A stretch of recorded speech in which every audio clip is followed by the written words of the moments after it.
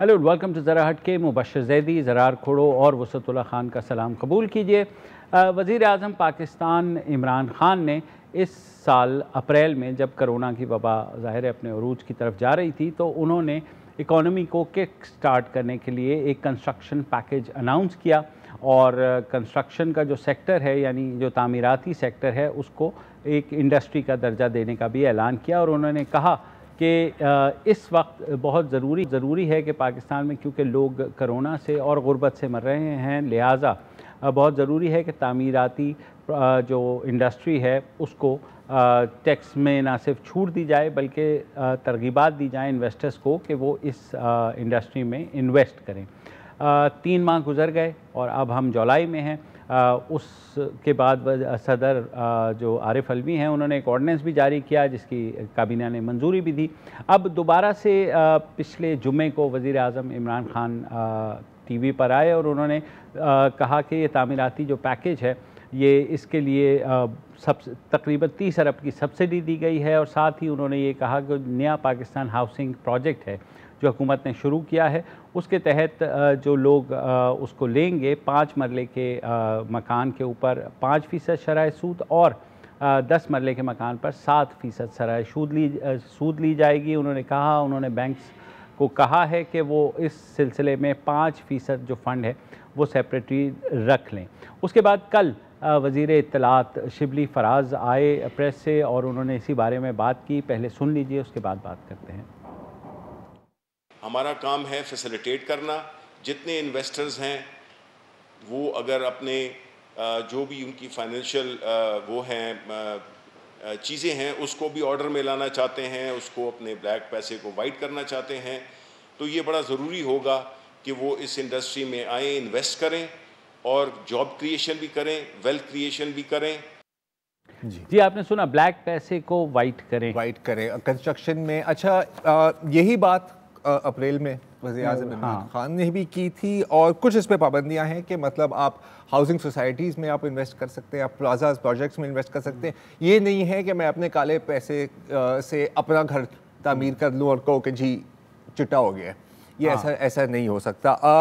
Also इस पर एक टाइम लिमिट है और ये कहा जाता है 31 दिसंबर, और ये कहा जाता है कि भाई IMF ने एमनेस्टीज के लिए ये हमें एक कट ऑफ टाइम दिया है।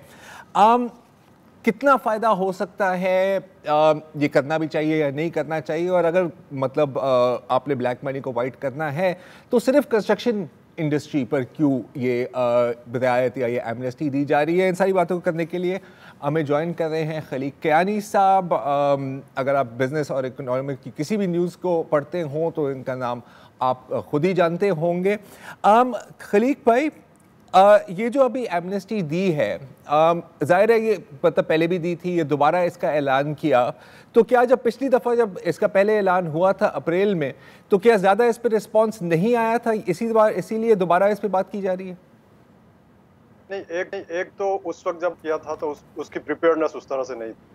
दूसरा, उसकी चूंकि ऑर्डिनेंस था तो उसकी एक लिमिटेशन थी कि लोग इन्वेस्ट करने के लिए या सामने आने के लिए उनको मेरा ख्याल है ज़्यादा गारंटी चाहिए, कम्प्रिहेंसिव सिक्योरिटी चाहिए। तो उन्होंने इंतज़ार किया कि इस चीज़ को कवरेज मिल जाए थ्रू फाइनेंस बिल, जो कि अब हो गई है। तो अब वो कंप्लीट जो है अपना इसको कंप्लीट प्रोटेक्शन है और यानी अब पार्लियामेंट ने चूंकि फाइनेंस बिल में अप्रूव कर लिया है, this is law of the land for all times to come. At least यानी 30 दिसंबर तक जो उन्होंने 31 दिसंबर तक जो टाइम दिया, तब तक इसको प्रोटेक्शन मिल गई है। अब इसके बाद इसके बारे में कोई पूछ नहीं सकता कि क्यों दी थी और आपने ये इनकम कहाँ से लाई थी, अब वो सोर्सेज जो है वो आपके प्रोटेक्ट हो गए।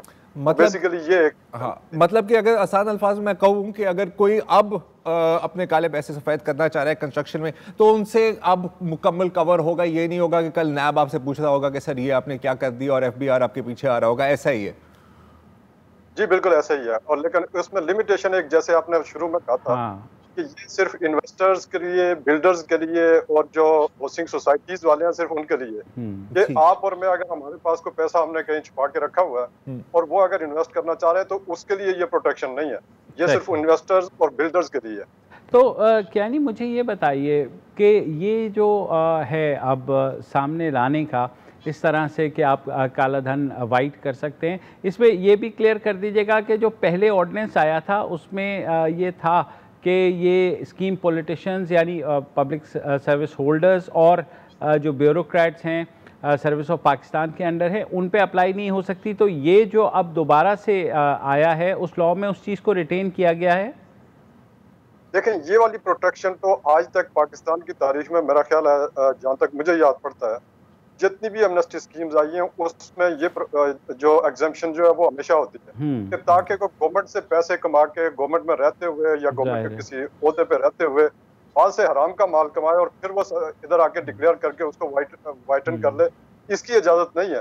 लेकिन अगर किसी जो गवर्नमेंट में नहीं है, जिसने हुकूमत के पैसे नहीं लूटे हुए, प्राइवेट सेक्टर से लूटे हुए हैं या कहीं और से उसने इकट्ठे किए हुए हैं जो उसने डिक्लेयर नहीं किए हुए, ये उन लोगों के लिए यानी प्राइवेट सेक्टर के लिए, इसमें जिसने जो कोई गवर्नमेंट में बंदा काम करता है उसके लिए नहीं है ये फैसिलिटी। अच्छा, ये बताइए कि नया पाकिस्तान हाउसिंग प्रोजेक्ट जो है जिसके तहत इमरान खान ने कहा कि जो 5 मरले का घर बनाएगा उसके लिए जो है 5% उसे सूद पे कर्ज़ा मिलेगा और जो 10 मरले का बनाएगा उसे 7% सूद पे कर्ज़ा मिलेगा। तो ज़ाहिर एक कोशिश तो है किक स्टार्ट करने की और प्रोजेक्ट अच्छा भी है क्योंकि पाकिस्तान में जो हाउसिंग के लोन्स हैं वो इतने महंगे हैं कि शायद हम आप भी अफोर्ड नहीं कर सकते। अगर आपके पास पहले घर है तो फिर आपको हाउसिंग लोन मिल सकता है अगर आप उस घर को गिरवी रखें। एग्जैक्टली। तो ऐसा तो ये तो एक चीज़ हो गई। जब प्राइवेट सेक्टर की तरफ हम देखते हैं, जो ज़रार ने शुरू में सवाल किया था कि पिछले 3 महीने में रिस्पांस कैसा रहा? नहीं, रिस्पांस तो उस तरह से नहीं था, इसलिए नहीं था स्कीमें लोगों ने उस तरह से अनाउंस नहीं की। वो चूंकि उनको प्रोटेक्शन नहीं थी तो किसी कोई सामने आया नहीं और हुकूमत ने जो अपनी जो फॉर्मेलिटीज पूरी करनी थी वो भी पूरी नहीं थी। तो दोनों तरह से शार्ट यानी कमिंग थी, इसलिए रिस्पांस एक्सपेक्टेड नहीं था। अब एक्सपेक्टेड है क्योंकि हुकूमत ने जो अपना होमवर्क है वो कर लिया हुआ है। अच्छा, इस वक्त साथ ये भी है कि ये दोनों अलग अलग चीजें हैं। एक तो एमनेस्टी स्कीम है जिसमें आप अपना ब्लैक मनी जो है उसको वाइटन कर सकते हैं थ्रू हाउसिंग स्कीम, और दूसरा ये जो नया पाकिस्तान वाली आपने बात की है ये थोड़ी डिफरेंट चीज है। इसमें ये है कि हुकूमत एक जो लोन में सब्सिडाइज कर रही है, ये जो कोरोना ओरिएंटेड स्कीम है ये उस स्कीम के तहत आप समझ लें कि हुकूमत का जो स्टेट बैंक का जो पॉलिसी रेट है वो 7% है, लेकिन अगर कोई बैंक अगर उसके लिए कर्जा देगा तो वो 13-14% से कम अभी भी नहीं है।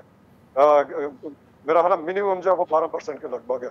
तो उसका कुछ पोर्शन जो है वो हुकूमत सब्सिडाइज कर रही है कि उसमें लोगों का ताकि कम हो, उसको सूद कम देना पड़े और उससे ये पूरी इंडस्ट्री जो है वो किक स्टार्ट हो। और ये फिर वाइड रेंजिंग, एक तरफ से इनका ख्याल है कि जो डेवलपर और कंस्ट्रक्टर जो है वो उससे बेनिफिट उठाएंगे वाइड जो एमनेस्टी स्कीम का, और साथ दूसरी तरफ ये जो है ये जो लो हाउसिंग सोसाइटी इंडिविजुअल्स हैं ये उसमें इन्वेस्ट कर सकेंगे। तो बेसिकली ऑब्जेक्टिव ये है कि जितना कंस्ट्रक्शन से रिलेटेड जितनी भी इंडस्ट्रीज हैं उनको किक स्टार्ट किया। अच्छा खलीक भाई, ऑब्जेक्टिव तो बिल्कुल ये है, किस हद के ख्याल में ये ऑब्जेक्टिव मीट होगा, ये सवाल आपसे करते हैं इस वक्फे के बाद।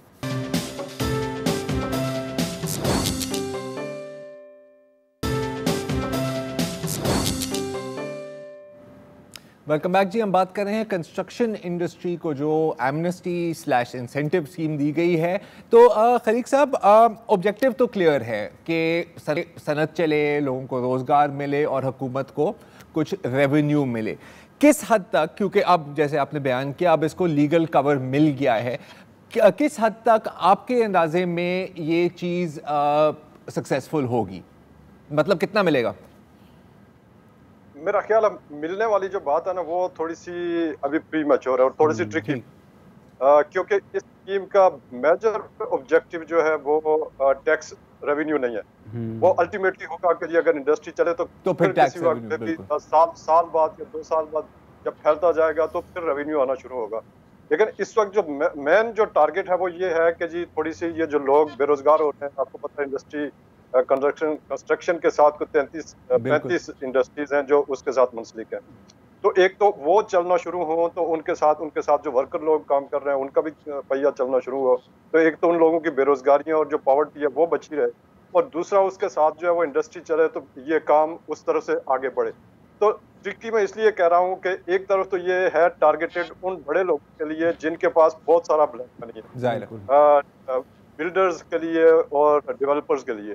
तो लिहाजा उनके लिए तो अपॉर्चुनिटी है कि वो अपने प्रोजेक्ट अनाउंस कर दें 31 दिसंबर तक और उनकी मंजूरियां ले लें। उनके लिए तो ये बड़ा इंसेंटिव, और मेरा ख्याल है इस दौरान इस तरह के काफ़ी प्रोजेक्ट मेरी एक्सपेक्टेशन है कि सामने आएंगे। इसका जो दूसरा पार्ट है, उसमें जो लोग हैं, आप जैसे मेरे जैसे जो घर लेना चाहते हैं या प्लाट लेना चाह रहे हैं, उस तरह की कोई इन्वेस्टमेंट करना चाह रहे हैं, वो ट्रिक इसलिए है कि अगर इस वक्त किसी के पास कोई स्पेयर मनी है तो वो वेट कर रहा है कि देखे मेरा जॉब रोजगार कितना चलता है, मेरी इनकम जो इस वक्त स्ट्रीम है वो कितनी कामयाब मतलब बरकरार रहती है। तो वो मेरा ख्याल है वो उस साइड से जो यानी जो पाइपलाइन वाली साइड से है, वो तो लोगों का एक सेकंड थॉट जरूर है कि इस वक्त अपने आप को बचाया जाए इस किस्म के किसी बड़ी इन्वेस्टमेंट से। या मतलब अगर मैं आसान अल्फाज में कहूं कि बन तो जाएंगे लेकिन बिकेंगे या नहीं, ये एक अलग बात है। हाउसिंग स्कीम्स की आप बात करें। अच्छा जी, अच्छा क्यानी साहब, एक और जो सवाल है, और क्योंकि जाहिर है कि बार बार कंस्ट्रक्शन इंडस्ट्री पर फोकस किया जाता है, और जाहिर है इसकी भी वजह है क्योंकि इससे मुंसलिक बहुत और इंडस्ट्रीज हैं जो आगे बढ़ती हैं, लेकिन ऐसा क्यों है कि, या ऐसा क्यों नहीं है कि ये जो ब्लैक टू वाइट करने वाली स्कीम है ये सिर्फ कंस्ट्रक्शन इंडस्ट्री को ही दी जा रही है? यकीनन और भी सेक्टर्स होंगे जो इससे या कोई टैक्स ब्रेक से बेनिफिट कर सके। अगर मकसद है कि मुल्क की मईशत का पहिया चलाना है तो ये तो सिर्फ एक पहिया है, 3 और पहिया भी तो होते हैं। जी बिल्कुल होते हैं, और उसकी एक बड़ी वजह मेरा ख्याल ये है कि ये अब इसका पॉलिटिकल एंगल है कि इस गवर्नमेंट के साथ जो लोग ज्यादा इनके साथ जो सपोर्ट में हैं, जो इनके साथ ज्यादा कोऑर्डिनेशन में हैं, वो लोग हैं जो बिल्डर हैं, जो डेवलपर हैं, और बड़े बड़े आप नाम जो भी लेंगे वो आप देखेंगे कि जी इनकी हुकूमत के अंदर काफी लोग हैं कि जो इन सेक्टर्स में काम कर रहे हैं। तो एक तो उनका कंफर्ट लेवल जो है वो जाहिर है उस गवर्नमेंट के साथ ज्यादा होता है जिसके साथ वो काम कर रहे होते हैं। हो सकता है पिछली पीपल्स पार्टी के दौर में या नून लीग के दौर में उनके साथ जो लोग काम कर रहे थे या उनके जो फाइनेंशियर थे वो इन सेक्टर में उस तरह से नहीं थे। लेकिन ये याद रहना चाहिए कि इस प्रोजेक्ट के ऊपर काम जो है ये पिछले तकरीबन 5-6 साल से चल रहा था। बिल्कुल जी। पिछली हुकूमत जो है वो भी इसी से कोई मिलता जुलता अपने जो स्कीम थी वो अनाउंस करना चाह रही थी। समहाउ उसकी वो उस वक्त लैंड टाइटल वाले इश्यूज थे, उनके ऊपर कुछ मसाइल हो गए थे और नहीं अनाउंस कर पाए।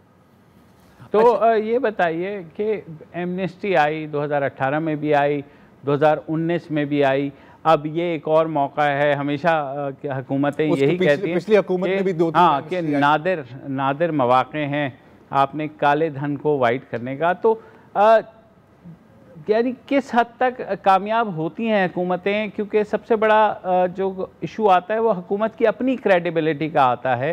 हमने माजी में भी देखा, इसमें भी आपने देखा 2018 और 2019 पूरा उस चक्कर में गुजर गए कि जी किस तरह से हम बिजनेसेस को वू कर सकते हैं, उनको अट्रैक्ट कर सकते हैं, मगर वो चीज़ नहीं हुई। अब तो कोरोना की वजह से ज़ाहिर है मईशत को बहुत बड़ा हिट हुआ है और इससे पाकिस्तान का मसला नहीं है, पूरी दुनिया का मसला है।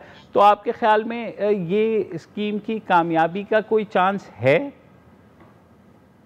देखें, एक तो ये सबसे बड़ा हमारा अलमिया ये है कि हर हुकूमत आती है और वो कहती है कि ये आखिरी एमनेस्टी होगी, और हर हुकूमत जो है उसके बाद आने वाली जो है वो भी अनाउंस करती है, और हर गवर्नमेंट ने ये पॉलिसी अनाउंस की है। और हर गवर्नमेंट ने ये साबित किया है कि जो टैक्स पेयर है, जो अपने आप को फाइनल, वो आज से 10 साल पहले भी बेवकूफ़ था, वो आज भी बेवकूफ़ है। सही बात। इसी तरह बेवकूफ़ चलता रहेगा। तो एक तो इसकी ये बैकग्राउंड है। दूसरा ये है कि जो पिछली स्कीमें थी उसमें उनके इन्वेस्टमेंट टारगेट नहीं था, वो रेवेन्यू टारगेट था। और उसमें जो नून लीग की आखिरी स्कीम थी उसमें तकरीबन को 100 मेरा ख्याल 30 या 32 बिलियन का रेवेन्यू आया था, और उस लिहाज से वो काफी कामयाब स्कीम थी।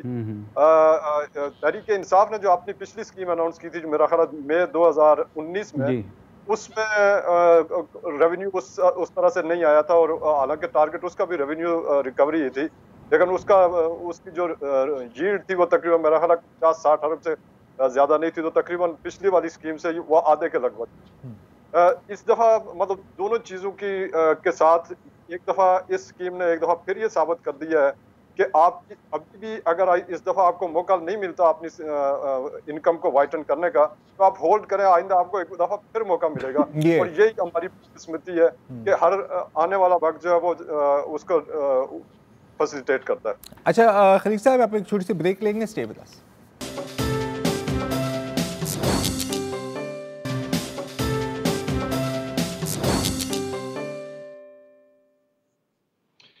Welcome back. बात हो रही है कि हाउसिंग सेक्टर मौजूदा हुकूमत जिंदा कर पाएगी या नहीं। हमारे साथ हैं खलीक कियानी साहब। खलीक कियानी साहब, पाकिस्तान के 73 साल में जो आधा आधा वक्त है वो होता ये था कि जो इदारे होते थे, मखसूस इदारे, जैसे मसलन कराची में KDA, ये बाकायदा हाउसिंग स्कीम्स बनाते थे। उनमें हर तबके के लिए मुख्तलिफ कैटेगरीज के सिर्फ प्लॉट रखे जाते थे। फिर हाउस बिल्डिंग फाइनेंस कॉरपोरेशन बनी जो कर्जा देती थी, लोगों को सस्ते प्लॉट दिए जाते थे और उनको फिर HBFC की सहूलत मिलती थी। हर आदमी अपनी मर्जी से, किसी की सकत हुई तो 1 कमरा बना लिया, 2 कमरे बना लिए, 3 कमरे बना लिए, इस तरह छत मैसर आ जाती थी। वो मॉडल खासा सक्सेसफुल था, कोई बैकलॉग नहीं होता था उस मॉडल में, चूंकि हर साल 2 साल बाद एक नई हाउसिंग स्कीम ये इदारे ले आया करते थे। हमने वो मॉडल क्यों तर्क कर दिया? अगर हम उसी मॉडल को दोबारा जिंदा करें तो ये मसला हल क्यों नहीं हो सकता? सर, काफ़ी गुंजाइश मौजूद है। अगर वो, एक तो ये है कि हमने बेसिकली जो इदारे थे हमने उनको बजाय मॉडर्नाइज करने के और उनको रिफॉर्म करने के, इम्प्रूव करने के, हमने उनके ऊपर कोई इन्वेस्ट नहीं किया। हमने उनकी जो कैपेसिटीज़ हैं उनको इम्प्रूव नहीं किया। जबकि साइड बाय साइड जो प्राइवेट सेक्टर था उसमें बहुत बड़ी बड़ी पार्टियां आनी शुरू हो गई। आपने देखा कि उस ज़माने में तो DHA नहीं होती थी, उस ज़माने में बैरिया टाउन भी नहीं होती थी, और उस ज़माने में इस तरह के और कई नाम हैं जो आपके और मेरी ज़िंदगी में हमारे सामने सामने यानी कुछ प्लाटों से उभरते हुए अब वो आधे आधे पाकिस्तान के मालिक हैं। उस वक्त CDA, KDA, LDA, ये वाले इदारे जो उस वक्त जो है वो इस तरह के काम करते थे। लेकिन बात यह है कि बैकलॉग इतना है लोगों का, यानी घर ना होने का और बेघर लोगों का, और इसका कि ना उस वक्त ये गैप कवर हो सका और ना अब हो रहा है। इसका मतलब ये है कि हमारे पास तकरीबन अगर 100 घरों की गुंजाइश है तो जो इस वक्त घर अवेलेबल है वो तकरीबन 10 भी नहीं है। तो गुंजाइश बड़ी है, लेकिन जो हमारे यहाँ वो जो पूरी बाकी दुनिया में वो लॉन्ग टर्म लोन्स होते हैं वो पाकिस्तान में आज भी नहीं है। HBFC की एक लिमिटेड कैपेसिटी है, ज़ाहिर है वो भी पॉलिटिसाइज होता रहता है वक्त के साथ। तो एक तो वो वाली साइड है कि जो हमारे इदारे हैं जो उस तरह से उन्होंने परफॉर्म नहीं किया जैसे उनको करना चाहिए था, और दूसरा जो प्राइवेट सेक्टर जब इस फील्ड में आया तो उसको करने के लिए कोई इदारे नहीं थे। मैं आपको यहाँ रोकूंगा। एक तरफ तो आपने फरमाया कि डिमांड ज्यादा है, सप्लाई कम है, लेकिन दूसरी तरफ आप देखें कि जो बिल्डर्स ने घर बनाए हैं वो लोअर मिडिल क्लास और गरीब तबके की रीच से तो बिल्कुल बाहर हैं। लिहाजा 100 घर अगर बने हुए हैं तो उनमें से 60 खाली रखे हुए हैं। उनमें वो सिर्फ इन्वेस्टर्स के हैं, उनमें रियल आदमी नहीं रह रहा है, सिर्फ 40 में रियल आदमी रह रहा है। तो ये दोनों चीजें साथ साथ चल रही हैं। घर तो बन जाएंगे लेकिन खरीदेगा कौन? घर तो 100 में से 60 खाली रहेंगे फिर भी। एग्जैक्टली मेरा भी यही ख्याल है, और मैं पहले यही बात कर रहा था कि इस वक्त तो लोगों के पास जिस वक्त नॉर्मल लाइफ गुजर रही होती है तो उस वक्त यानी इनकम फ्लोज भी उसी तरह होते हैं। लोगों के बिजनेस चल रहे होते हैं तो लोग उसमें से कुछ साइड पे पैसे करते हैं, कुछ इन्वेस्ट करते हैं, कुछ बचाते हैं, कुछ खर्चते हैं, उसके बेसिस के ऊपर वो उसको मल्टीप्लाई करने की कोशिश करते हैं। इस वक्त हमारे पास ये थोड़ी सी डिफिकल्ट सिचुएशन इसलिए है कि सारे बिजनेस तकरीबन मुश्किल का शिकार हैं। अगर बंद नहीं हो रहे तो तकरीबन ब्रेक इवन के ऊपर या जस्ट सरवाइव कर रहे हैं। तो बेसिकली उनके पास वो गुंजाइश नहीं है कि उनको ये थोड़ा सा मेरा ख्याल है केयरफुल रह के वो अपने कदम उठाएंगे। जो यानी सप्लाई साइड की से तो काम हो जाएगा, डिमांड साइड के ऊपर ये मैनेजमेंट करने की ज़रूरत होगी। और इसीलिए शायद इसका जो इसमें एक बारीक बात है कि दिसंबर 2020 तक आपने या प्रोजेक्ट ऐलान करना है और उसकी अप्रूवल करनी है। ये शर्त नहीं है कि उसके बाद उसमें आप जैसे मेरे जैसे लोगों ने इन्वेस्ट कब करना है, उसके लिए कोई टाइम नहीं है, और वो नॉर्मल बिजनेस जैसे चलेगा उसी एक्सपेंसिव सूद के ऊपर चलेगा और उसी तरह चलेगा नॉर्मल। तो मतलब कि मिड टर्म का हमें नहीं पता कि क्या लोग वाकई इनको खरीदेंगे, लेकिन शॉर्ट टर्म में हो सकता है कि चीज़ें किक स्टार्ट हो। लेकिन पता है एक और मसला है, ठीक है, अगर फर्ज करें कि बहुत सारे लोगों ने प्रोजेक्ट्स अनाउंस कर दिए और उनको स्टार्ट भी कर दिया, एक जब भी आप किसी भी हाउसिंग प्रोजेक्ट का नाम ले तो क्या होता है कि सर हमारे मतलब प्लॉट के पैसे ले लिए हैं और फिर पता लगा कि ये जगह ही गैर कानूनी जगह पे बनी थी। तो अगेन बहुत अच्छी बात है कि आप हाउसिंग सेक्टर को रिवाइटलाइज करना चाह रहे हो, लेकिन अभी तक मैंने नहीं देखा कि जो इदारे हैं, और जैसे अभी खलीक भाई भी बात कर रहा था, आप KDA की बात कर लें, आप सिंध बिल्डिंग कंट्रोल अथॉरिटी की बात कर लें, वो तो अपना किरदार पूरा नहीं करते। तो कहीं ये ना हो कि जो अभी स्कीम्स बने वो स्कीम्स की जगह दलदल बन जाए इन्वेस्टर्स के लिए, क्योंकि आजकल तो भाई कहीं प्लॉट या कहीं जगह खरीदने से भी बंदा 1000 बार सही बात। मैं यही बस पूछना चाह रहा था कि जो ब्यूरोक्रेसी के हमारे रेड टेपिज्म है, जो फाइलें हैं, ज़ाहिर है वो इतनी तेज़ी से मूव नहीं करती, हमने माजी में भी देखा है। तो यहाँ पे कैसे क्या चमत्कार हो जाएगा कि बिल्कुल जल्दी जल्दी सारी चीज़ें हो जाएंगी, आपको लगता है? देखें, बात यह है कि जो इस वक्त ये जो एक महदूद टाइम लिमिट है ना, इसके अंदर जो काम उन्होंने करना है वो सिर्फ ये है कि आपने प्रोजेक्ट बनाने हैं, लेआउट प्लान बनाने हैं और उसको अनाउंस करना है और उसकी बेसिस के ऊपर उनकी अप्रूवल लेनी है। मिसाल के तौर पे किसी ने, और इसके ऊपर लोगों ने काम किए हुए हैं, जो लोग ज़ाहिर पिछले 3-4 महीने से देख रहे थे, जो इस फील्ड में है, उन्होंने अपने काम किए हुए हैं, उन्होंने लेआउट प्लान बनाए हुए हैं, उन्होंने उनका जो डेवलपमेंट प्लान है वो बनाया हुआ है। बेसिकली वो अपने वो जो LDA, KDA, CDA वगैरह के इदारे हैं उनके साथ वो राब्ते में है। तो बेसिकली ये प्रोजेक्ट अप्रूवल फेज हो जाएगी, उसके बाद फंड रेजिंग का स्टेज आएगा, वो देखी जाएगी कि उस वक्त क्या होता है। वैसे भी ये जो कंस्ट्रक्शन के जो काम होते हैं ये को 2-4-6 महीने के तो है नहीं, ये तो साल होने वाले हैं। बहुत बहुत शुक्रिया खलीक कियानी। और नाज़रीन, यहाँ पे एक ब्रेक लेते हैं और ब्रेक के बाद कश्मीर का जिक्र करेंगे।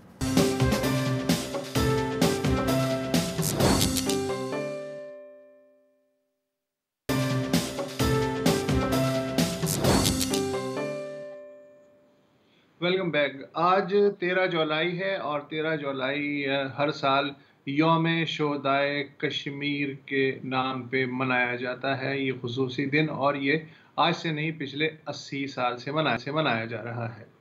इसका मुख्तसर जो बैकग्राउंड है वो ये है कि 1848 में रावलपिंडी माहिदे के तहत अंग्रेज़ों ने डोगरा महाराजा गुलाब सिंह के हाथों पूरा कश्मीर जो है वो 70 लाख रुपए में फ़रोख्त कर दिया।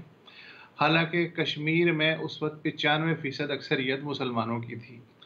डोगरों ने जब अपनी हुकूमत कायम की, डोगरों का ताल्लुक जम्मू से था, उन्होंने जब हुकूमत कायम की जम्मू से लेके गिलगित और लद्दाख तक, तो जो मुसलमान अक्सरियत थी उसकी मजहबी और माशी जो आज़ादी है वो सल्ब करने के लिए मुख्तलिफ कवानीन बनाए। उनमें से एक दिलचस्प कानून ये था कि फ़र्ज़ करें आप हिंदू हैं और आप मुसलमान हो जाते हैं तो आपकी जायदाद बहक़ सरकार ज़ब्त हो जाएगी और आपके जो बाकी जो गैर मुस्लिम वरसा हैं उनमें तकसीम कर दी जाएगी।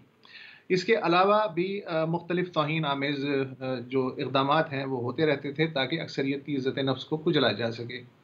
फौरी जो वाक़या हुआ 1931 में, जो जिसकी बुनियाद पे हम यौम शोहदाए कश्मीर मनाते हैं, कि जून 1931 में श्रीनगर में एक जगह कुरान पाक के जले हुए औराक मिले और ये अफवाह फैल गई कि ये कुछ डोगरा फौजी हैं, उन्होंने जलाए हैं। उसके बाद पुराने शहर में मौलाना मोहम्मद यूसुफ की क़यादत में एक जलसा हुआ और उस जलसे में एक साहब थे, जोशीले नौजवान थे, अब्दुल कादिर। उन्होंने जोश में आके नारा लगा दिया कि ये जो सामने डोगरा महाराज का महल है इसको आग लगा दी जाए। खैर वो जलसा पुरअमन तरीके से मुंतशिर हो गया। वो बाद में अब्दुल कादिर जो था उसको डोगरों ने गिरफ्तार कर लिया और उस पर गद्दारी का मुकदमा कायम कर दिया। उसके बाद ये मुकदमा श्रीनगर सेंट्रल जेल में रोज़ाना की बुनियाद पे चलने लगा और 13 जुलाई को सामने आई ये बात कि आज फैसला होने वाला है। श्रीनगर सेंट्रल जेल के बाहर हज़ारों जो कश्मीरी थे वो जमा हो गए और रफ्ता रफ्ता उनमें जोश और गुस्सा बढ़ता चला गया। डोगरा पुलिस वालों से उनकी धींगा मुश्ती, फिर लाठी चार्ज और उसके बाद हवाई फायरिंग और उसके बाद सीधी सीधी फायरिंग। इतना संगीन मसला हुआ कि 17 कश्मीरी मुसलमान मौके पे शहीद हुए और 5 अगले 2-3 दिन के अंदर शहीद हुए, 70 के करीब जख्मी हुए। उसके बाद से डोगरा राज के खिलाफ जो मुसलमान अक्सरियत की नफरत थी वो कॉन्क्रीट और इंटेंसिफाइड हो गई और यहाँ से कश्मीर की जो जदीद तहरीक आज़ादी है उसका आगाज़ होता है। अब आइए पार्ट 2 की तरफ कि जब कश्मीर पे हिंदुस्तान का कब्ज़ा हो जाता है तो उसके बाद यौम शोहदाए कश्मीर 13 जुलाई वाहिद डेट थी जिस पे के अलहदगी पसंद जो पाकिस्तान से इलाक़ के आदमी हामी थे वो लोग भी मुत्तफिक थे, और जो भारत नवाज कश्मीरी तंजीमें थी जैसे नेशनल कॉन्फ्रेंस वगैरह शेख अब्दुल्ला की, वो भी मुत्तफिक थे।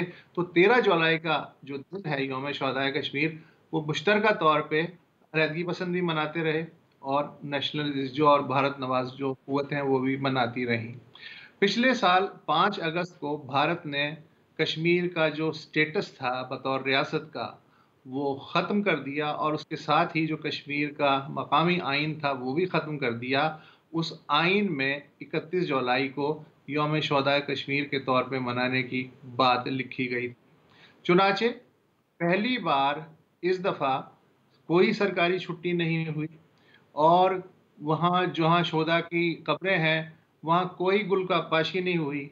रिवायती तौर पे कश्मीर की जो स्टेट पुलिस है उसका गार्ड ऑफ ऑनर होता था आज के दिन, वो भी ज़ाहिर है ख़त्म हो गया। जम्मू में चूंकि हिंदू अक्सरियत है और डोगरा ख़ानदान का ताल्लुक भी जम्मू से था, लिहाजा जम्मू में आज के दिन खुशियाँ मनाई गई, क्योंकि जम्मू वाले ये समझते हैं कि ये जो 13 जुलाई का दिन है ये वादी के मुसलमान जम्मू की जो हिंदू आबादी है उसकी इंसल्ट के लिए और उस पे नमक पाशी के लिए इस्तेमाल करते रहे हैं। तो इस तरह से पहली बार ये जो दिन था ये भी कश्मीर में हिंदू और मुसलमान में तकसीम हो गया है। जी, जानना इसलिए ज़रूरी है कि कोई ये ना समझे कि पाकिस्तान और भारत के बनने के बाद कश्मीरियों की जद्दोजहद या उनकी स्ट्रगल शुरू हुई थी। तारीख़ इनकी बहुत तवील है। बिल्कुल। दूसरी चीज़ जो है, जैसे अभी वसत बता रहे थे कि पहली बार एज अ स्टेट हॉलीडे इसको नहीं बनाया गया, ये भी कोई एवं ही नहीं हुआ, क्योंकि अब जो प्लान है एक तरह से आप ये कह सकते हैं कि वो डोगरा राज को वापस आप ले आए under the garb of the Indian federation. आप देख सकते हैं कि डोमिसाइल लॉ के साथ जो किया गया है, आप देख सकते हैं जो डेमोग्राफिक तब्दीलियाँ ये लाना चाह रहे हैं कश्मीर में। तो जैसे कहा जाता है the more things change the more they stay the same. आज मैं एक कश्मीरी सहाफ़ी का ट्वीट पढ़ रहा था जिसने कहा कि 3 हफ्ते रह गए हैं जब पूरा साल हो जाएगा इंटरनेट लॉकडाउन को, और जो कुछ कश्मीर में हुआ पिछले 1 साल में, ज़ाहिर है ये जिद्दोजहद जो है वो चलती रहेगी। और कश्मीर में आज भी खास में लोग निकले, तो हमारी तरफ से भी शुहदाए कश्मीर को सलूट। और आज के लिए इतना ही, कल दोबारा हाजिर होंगे। इजाज़त दीजिए, खुदा हाफिज़।